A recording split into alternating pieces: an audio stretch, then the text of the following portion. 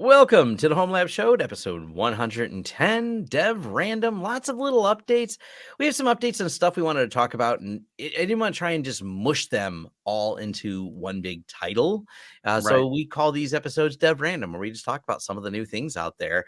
And me and Jay are going to dive into a little bit of the topic of the new mini little servers that are coming out because we're both kind of impressed with it's Yep. how fast. Even Jay was like, no.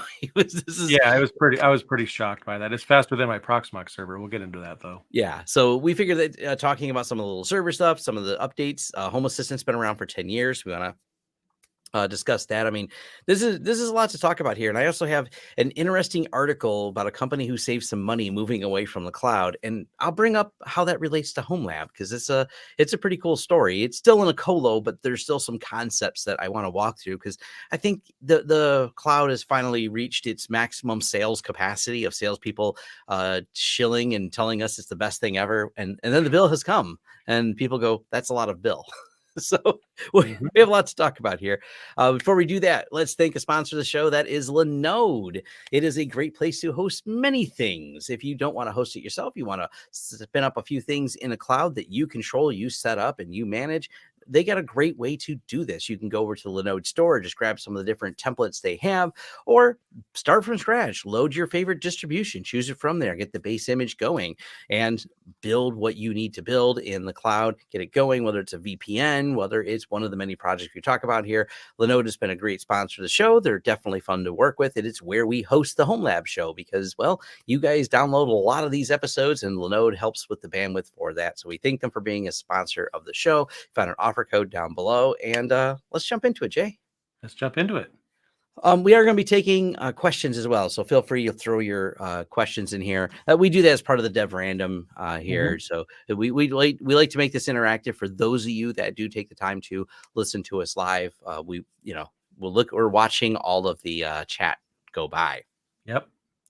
The first thing I'll talk about though is 37 Signals. And if you haven't heard of them, they're an interesting group there. They're behind a few other projects as well, but specifically their blog, you can find, and I can add this back to the show notes. So I forgot to put this one in there. 37 Signals had an idea that if they got things out of AWS, they had predicted to save about $5 million a year by doing it. They were wrong about their predictions. I think they saved $7 million. So That's all.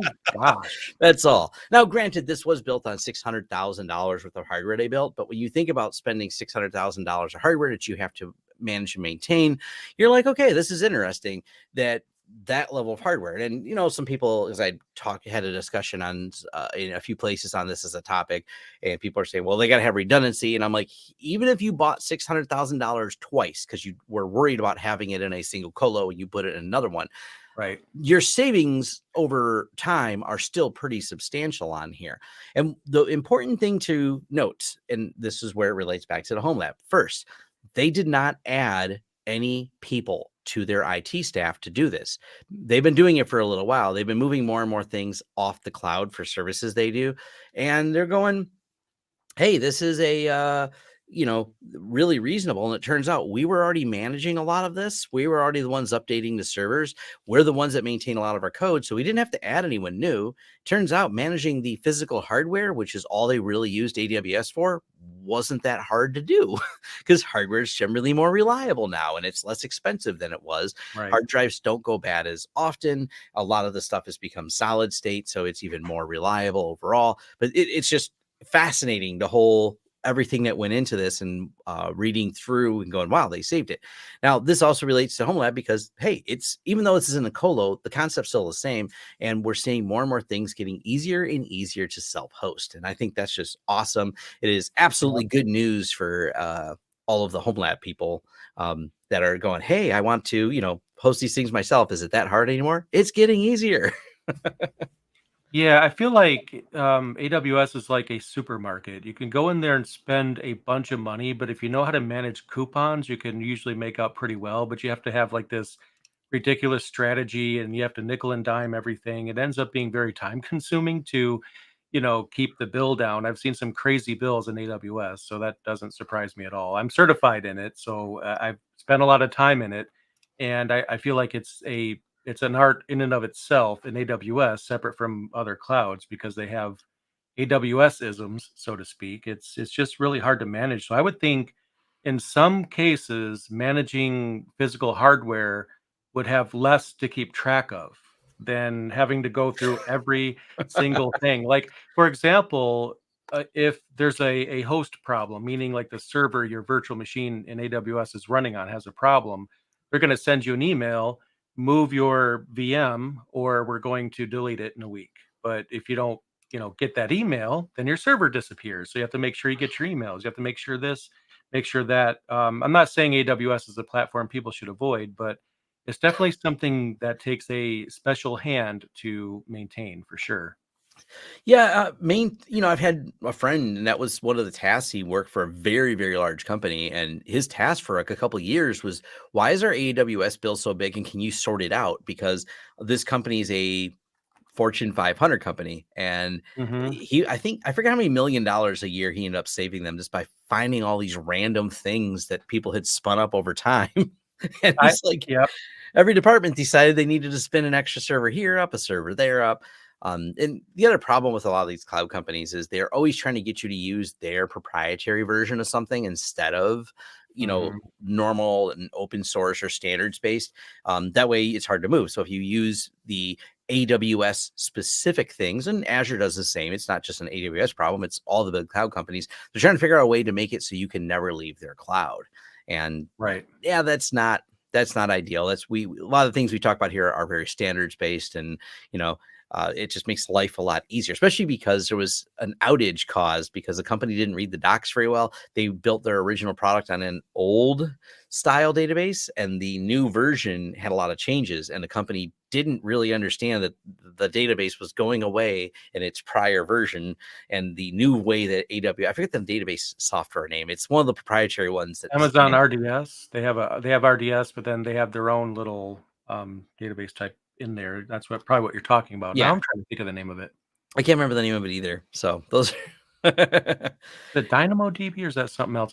It's been a while, but I remember the last company that reached out to me to audit their AWS. I found like 20,000 a month in savings within 15 minutes. It's there's certain things you can look for, and then you have your reserved instances, which I believe were being sunset when I was using it, and they have other ways of saving money as well. It's just a very like, you can bid on other people's remaining instance time and things like that to save money. There's just a lot of weird stuff to it you have to learn, and I think, you have a server, make sure it works, make sure you have redundancy like we do in the home lab, and it's a little simpler, and to add insult to injury, there's Amazon Lightswork or Lightworks? light No, sail. am I thinking of Lightsail? Now I'm mentioning an Adobe product I don't use for Yeah. some reason. But yeah, Lightsail, which is like their DigitalOcean slash Akamai solution, which is like, why can't it all just be made that simple? But what do I know?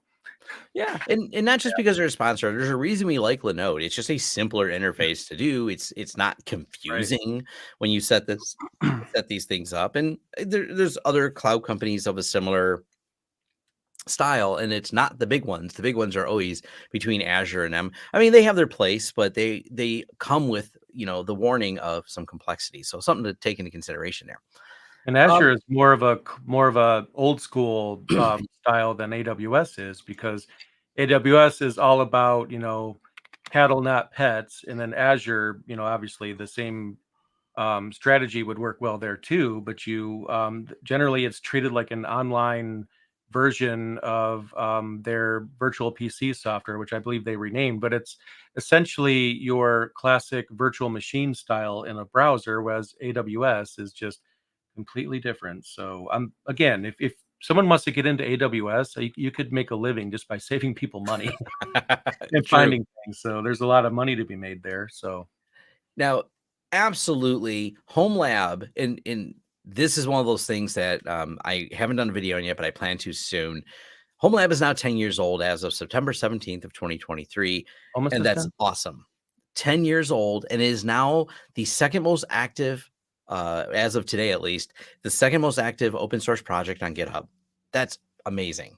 We're talking about Home Assistant, not Homelab, right? I mean, Uh, Homelab, yes, we're oh yeah, talking about yeah, you said Homelab is 10 years old. I'm like, is that when the term was first coined? yeah. Um, Home Assistant, Home our favorite Assistant. thing in Home Lab, among the favorite things of all Home Labbers, I think.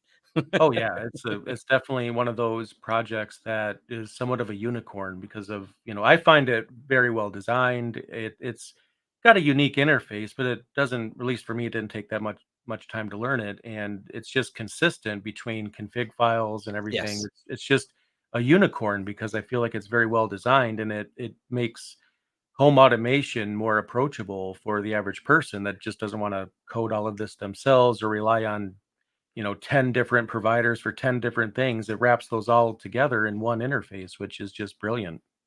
And so Nabakasu, the company behind it, is 5 years old. So it started as an open source project. Nabakasu became one of the big contributors to this.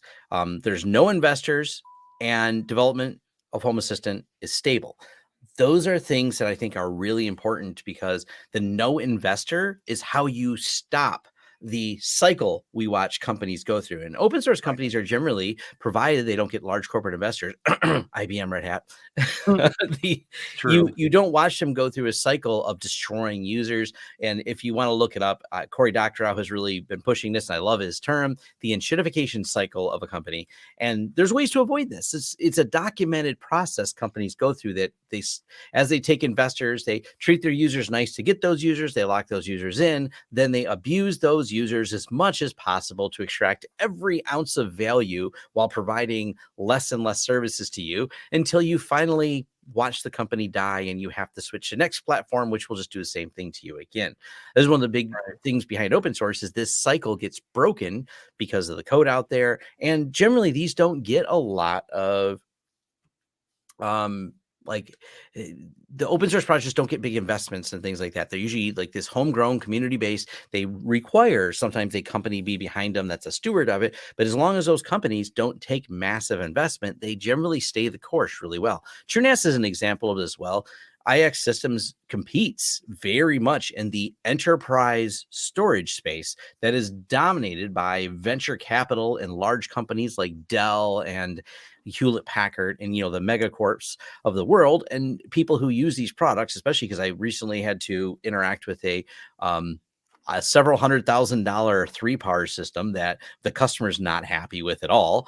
Right. But it's like the whole customer experience with it's terrible. And that's why they contacted us, is to get over to TrueNAS, which is less terrible. But back over to Home Assistant, I just really think it's awesome. One of the things they're really focusing on right now, this is right from them in their blog post, which I'll throw in the show notes here. The open home vision is updated and now is about privacy, choice, and sustainability. And I think that's really cool because we already know the way many of these other devices we want to work through other assistants, especially when they're proprietary, the way they get in there and way they monetize is figuring out how to monetize the fact that you exist and what information can they glean and sell to some other place. How many light switches in this person's house?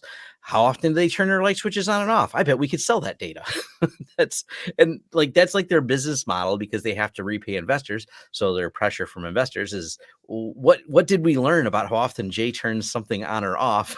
Well, if they want telemetry, let's just link something to dev random, literally dev random on a system to give them some random data and just keep sending them that until they have their fill of random, gobbledygook that they can do whatever they want with. Be the ultimate home lab oppositional mindset. Yeah. It's kind of funny to see if that was a possibility. I'm sure somebody has done something like that before. And then even Windows users, it's like there's been articles lately that Windows users go through a lot too because of the things that come along with Windows. That's worse than it's ever been. So it's just, yeah, I kind of agree. And shitification. Yeah, that's just it's a mess. But hey, It really is. that's the whole idea though, is that they're doing it a lot better over at the Home Assistant. It's like I said, it's a big project. I highly recommend. Definitely a big fan of what they're doing over there. Jay's dove deeply into it, customization. It's a bit overwhelming when you first start. The good news Right. is there's a lot, not me and Jay specifically, but there's a lot of YouTube channels dedicated just to this. And it's wild because I don't think there's a more complete ecosystem for everything you could possibly tie to your home lab. if you want to modify your Wi-Fi, you want to modify your firewall rules based on you walking into a room and changes the firewall rule. The Home Assistant's the only thing I can think of that would actually allow you to do that. You can actually have it change firewall rules in pfSense, modify your Wi-Fi and Unify, then combine it with camera systems and everything else, and then build trigger events. And you can say, modify my firewall, adjust the temperature in this room, because you can tie it to a lot of different temperature sensors. It's one of those things that's why it can be overwhelming, because I don't know what the limit is, or if there is a limit for what you can plug into Home Assistant. It's always blowing my mind, all the different things that are out there. So Yeah, and if you feel overwhelmed, I feel like at some point you kind of like unexpectedly get to a point where you kind of notice this pattern in the UI, and then you notice like this control acts the same as that one, and this one has the same configuration menu, even though it's a different thing. There's some consistency there. And that kind of helps because at first it's overwhelming, but then it kind of becomes, on overwhelming fairly quickly when you get to that point.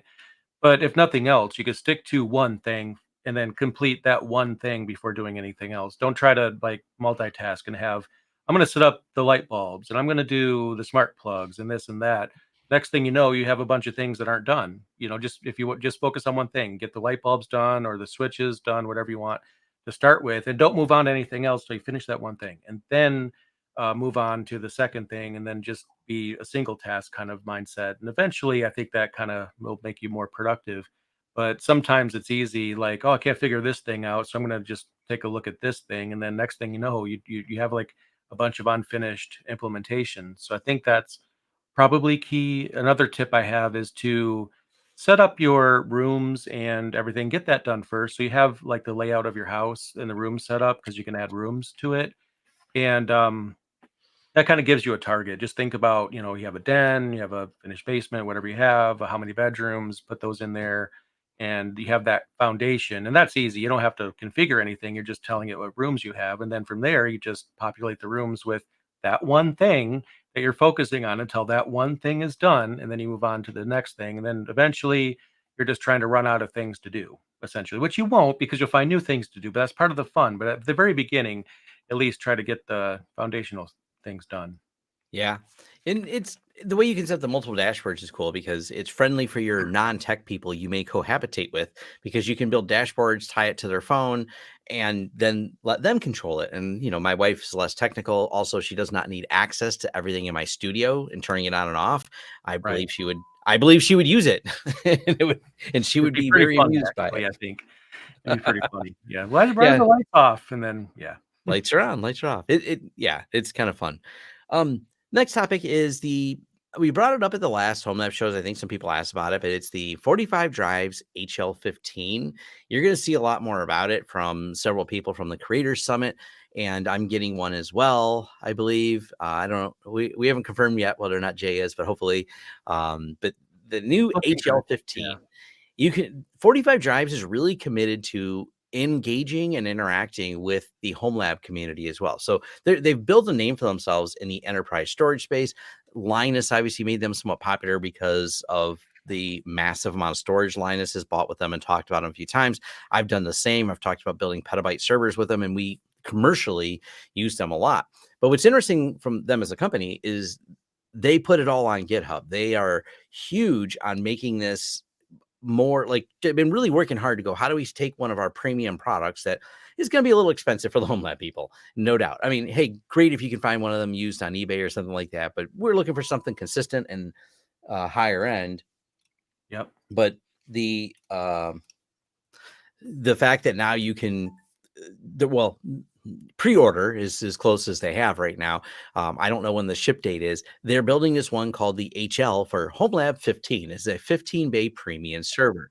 And like me and Craft Computing, we're talking about this, and it's well, those things. Can you find something that's this high quality? There's lots of companies that stamping out cheaper things and whatnot, but we're talking about, like, how do we get something affordable that we can buy consistently, not trying to hunt down some used thing on eBay or something like that. That's a nice quality product that is very customizable, built on open standards. This is one of the things that's really cool about the 45 drive system, is they this is not a weird proprietary backplane. This is a 15 drive direct connect backplane. They'll usually throw in an LSI controller card, so something common that fits in a PCI slot, and pop whatever motherboard you want.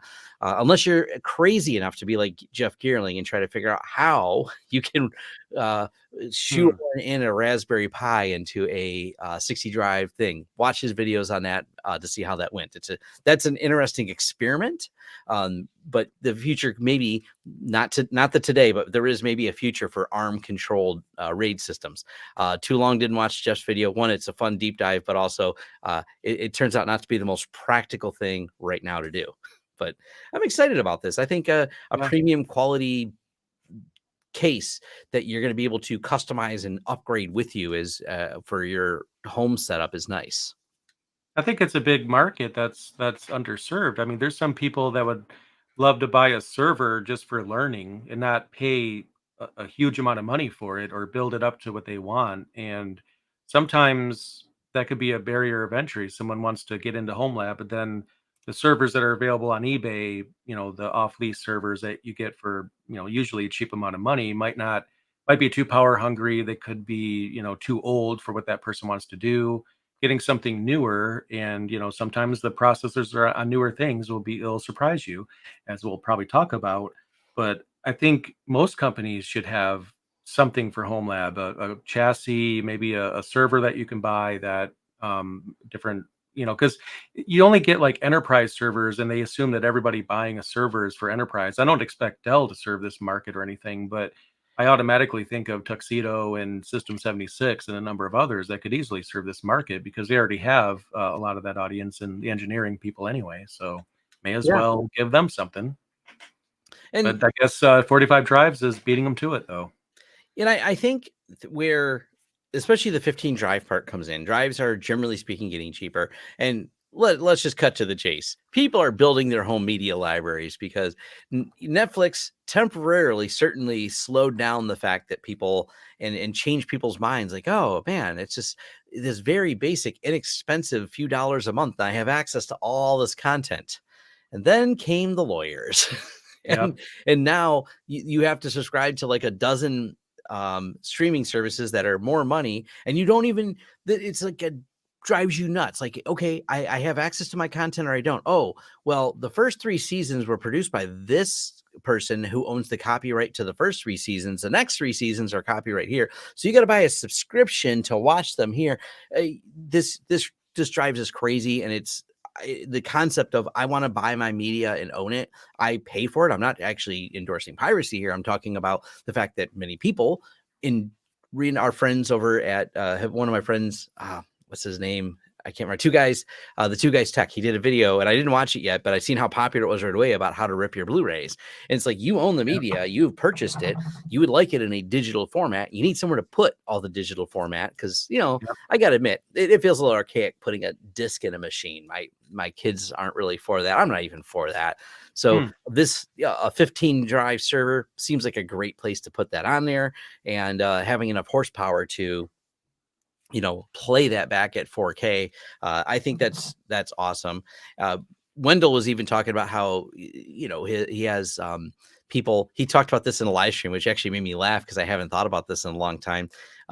Older relatives of his that would still like to watch Green Acres. And I was like, oh man, I remember that. My grandma loved that. And he's like, yep. And if you bought the DVD collector set of Green Acres, you could put it on Plex and make it relative Plex or whatever you choose. There's some controversy recently with Plex.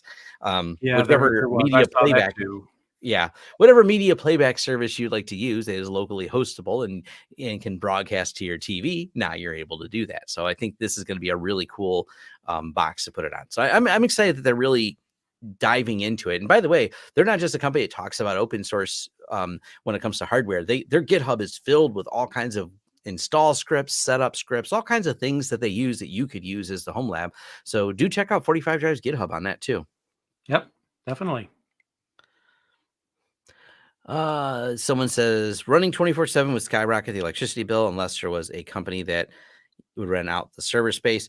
That's going to be that's where things get a little bit tricky because it depends where you're at. Electricity prices vary greatly. Obviously, sorry, in the European market, I know it's European market is obviously substantially more expensive. But if you plan to have your media at home, I don't know how to have your media at home without something like this. Like if you, other Yeah. than going back to technically, if you're worried about power, you wouldn't rip your Blu-rays and keep them all running on a system. Well, another thing to think about too, in my opinion, there's really no need to keep your home lab running 24/7 unless you have its backup night, and that's the time that offsite things go. Yeah. But you just get a Raspberry Pi or some other computer to wake on LAN around the time that your alarm goes off in the morning when you wake up, and then that powers on everything. And then, when you go to sleep, just have a scheduled task that shuts it down, and then you can save power over the evening. But if you have power efficient equipment, I mean, I don't really know how power efficient that is yet because I have yet to test one, but newer technology is often more power efficient. As long as that's the case, then it might not be as bad as you think, especially if it idles really low. But at the same time, sometimes I wonder why people in Homelab keep their servers running 24/7 when they don't. It's not like they have 24/7 operations where they're going to watch Green Acres at 4 in the morning. I mean, probably not. And there's some controversy where someone will say it's unhealthy to power your servers on because it uses more electricity.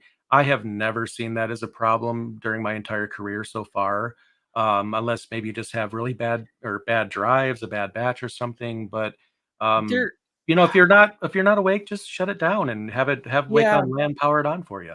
Actually, they just talked about this on one of the last episodes of Two and a Half Admins. And Mhm. there is a stress. It's not the power problem. It's a stress that the drive motors are under. Uh, but I don't know. I don't think they were 100% clear if there's ever been a true long-term study of do we turn this hard drive on an awful lot or we just leave it running? One thing that has been interesting that's come up is the fact that SSDs, especially the higher capacity ones, are using more electricity than the spinning Rust drives. So that's something else to think about. So the drives themselves at an idle are actually very low power. So if you come back to what motherboards you're using, and let's dive into that as a topic, that's where a lot of your wattage goes, especially if you grab an old server, these Right. old Dell R720s and things like that. I've talked about them in the past. And I think we're finally going to see that the used server market's becoming a less popular option because of the power and because these little things, and I happen to have one of these that I'm testing. It's called an Ace Magic AM20, has Mhm. a Ryzen 7 730 7735H processor in there. And these things are really low power wattage. The new series of Ryzens and some of the low powered CPUs they have blow you away with just how little they idle at. And that's where a Mhm. big change. The fact that a lot of this hardware now idles at such a low wattage, it becomes not as big of a deal. And me and Jay talked a little bit about this because like Mac, it I hate the fact that I like it so much, but I got a Yeah. Mac M1 laptop, and because they use the newer modern ARM architectures, and I know this goes off on the Ryzen, we'll come back to that.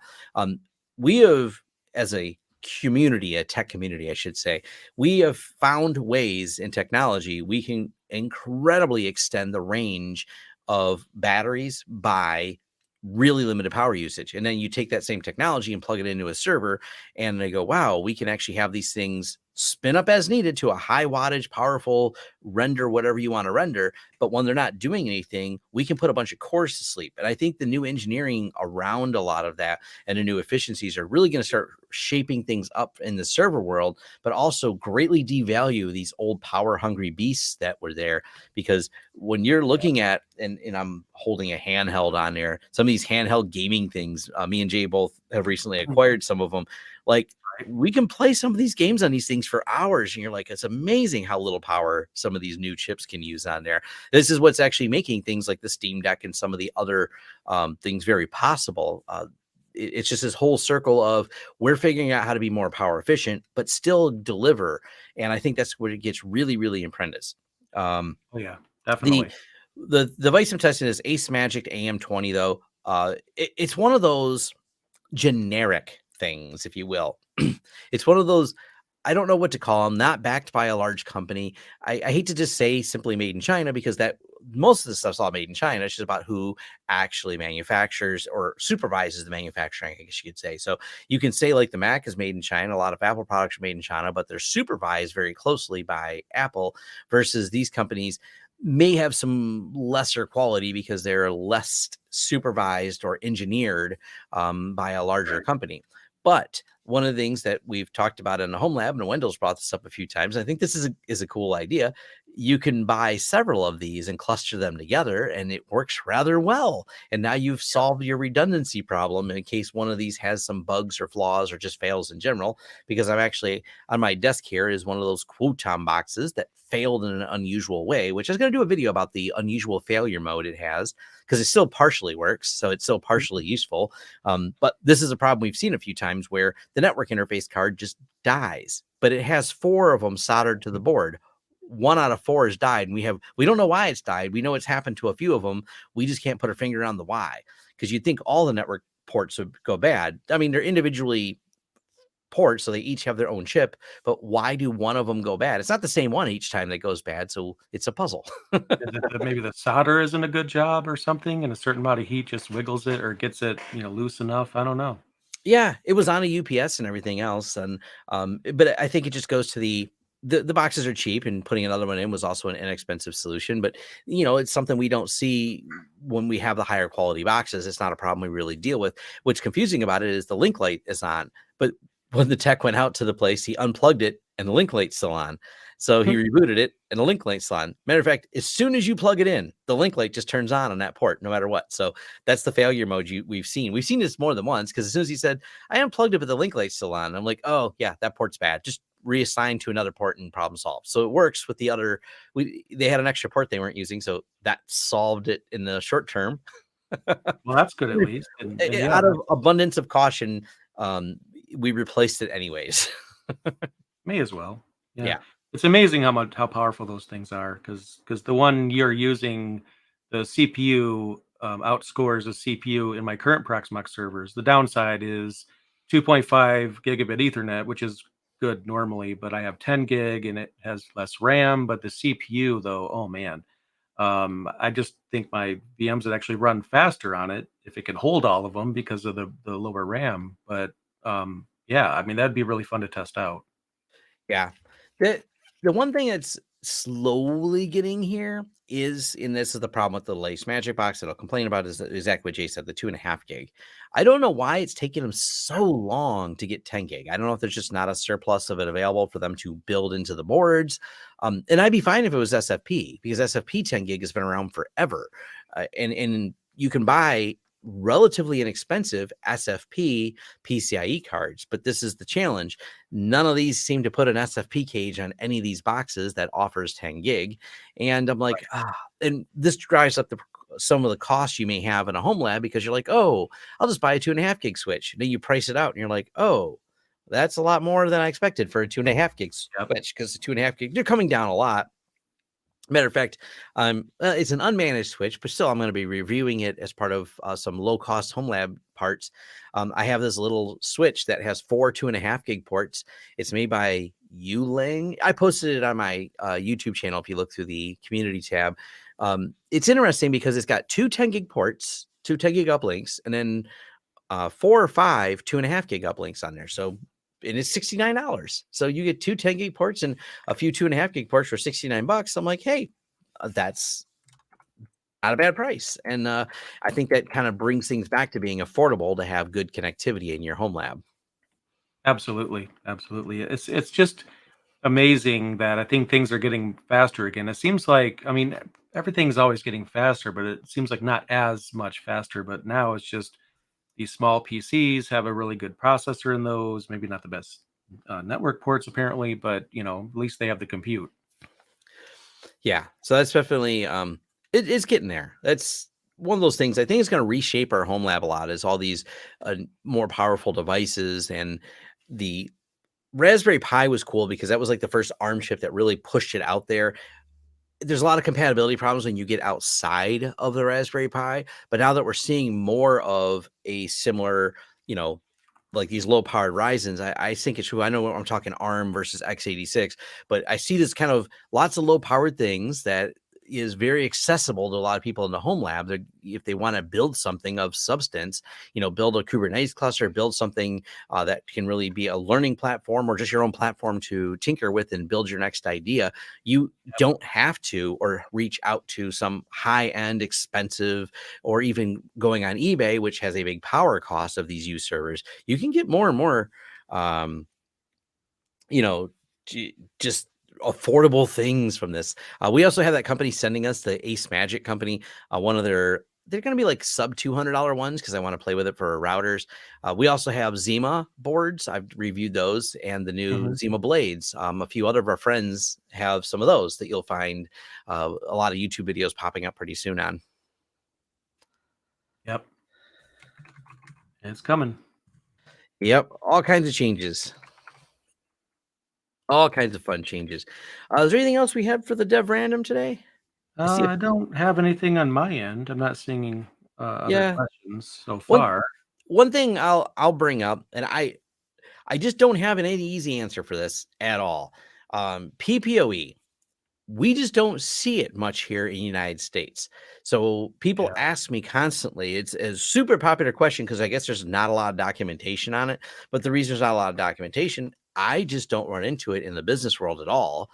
Even in the home user world, we used to use PPOE over DSL like 15 years ago, and it kind of Right. died out. It may exist some places. I'm not saying it's not in zero use, but boy, it is one of those challenges where how many people ask me a lot because they always say, well, there's a bug in the PPOE with PF Sense or with this router, that router. And I'm like, yeah, I don't know. But I think this is the same problem some of the developers have. If they don't have enough exposure and experience with it, they also can't write a better PPOE system because it's a niche problem. I don't understand why it still persists because it seems to be Europe and Canada that if I had to guess, because there's someone in the comments here, tell me if you're from Europe or Canada. Right. Okay, then some they say in the EU, so Europe, you can't have DHCP. Huh. Yeah, Interesting. I don't know why. Because DHCP, it turns out, not just an American thing. So it is a standard as an RFC. It can absolutely it can cross borders. I thought people were setting up PPOE before like PF Sense or something. It's been so long. I'm trying to remember what the go-to used to be, but feel like I'm going to butcher it because it's been so long. It's probably been 10 or 15 years since I last had to do it. And just like you said, I know it still exists, but I wonder if AT&T DSL still has it, but and I remember that being the last time I've seen it. Yeah, that's pretty much where I always seen it was AT&T DSL. Yeah. Yeah. That was a very long time ago. But Yeah, I imagine it does exist. So I see someone saying in using it via fiber, which is weird because all my fiber clients, zero of them have PPOE. So that's interesting.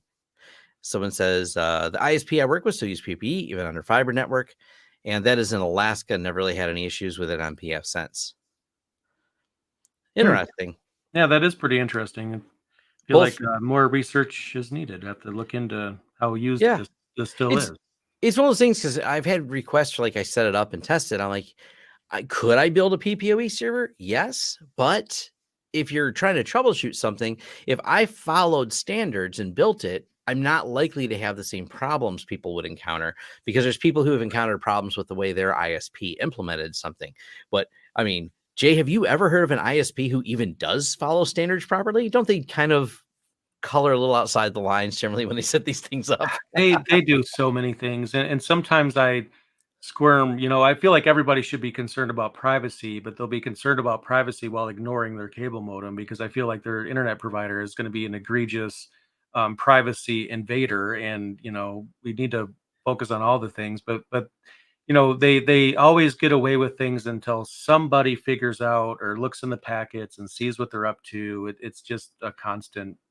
It's a meme at this point. Yeah. Actually, someone says that they're a European, they work for a European ISP. We don't deploy new PPOE networks anymore. Everything is now DHCP with DHCP tag. Well, good. They're moving forward. Yep, that I wonder if some of the PPOE that's being used is just an ISP that use it as an authentication means to prove that you're a subscriber, and they just don't have any real, need to move off of it or something because it's validating the subscriber in some way. But like you said, there's better ways to do that now. Yeah, yeah, it's one of those, So a lot of you don't ain't have broke, really don't you don't have a choice unless you manage the ISP. If that's how they have it set up, then you have to go along with it, and you're pretty you much deal with the interconnection you're given. You don't get a choice. right. Well, thank you for joining us on the Home Lab Show. Much appreciated. And leave us some comments, leave us some likes. That is always great. Head over to the homelab.show. You can contact us there. We love hearing from you. We like to do the listener feedback ones. And that is all. Take care, Yep. everyone. Thanks.